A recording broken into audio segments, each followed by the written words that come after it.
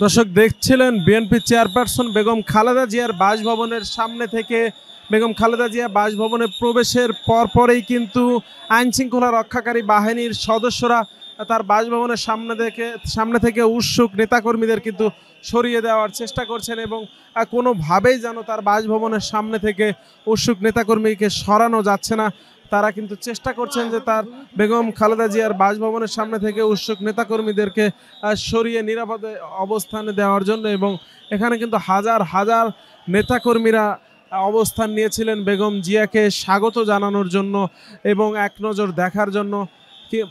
আইনশৃঙ্খলা রক্ষাকারী বাহিনী তথা পুলিশ, র্যাব, বিজিবি ও সেনাবাহিনীর চেষ্টা করেও কিন্তু তাদেরকে নেতাকর্মীদেরকে তার গেটের সামনে থেকে এবং তাদের গেটের সামনে যে রাস্তাটি সেই রাস্তার প্রবেশ পথ থেকে কিন্তু সরাতে পারছেন না। হাজারো নেতাকর্মী কিন্তু এখানে অবস্থান গ্রহণ করছেন এবং তাদেরকে কিন্তু কোনোভাবেই সরানো সম্ভব হচ্ছে না।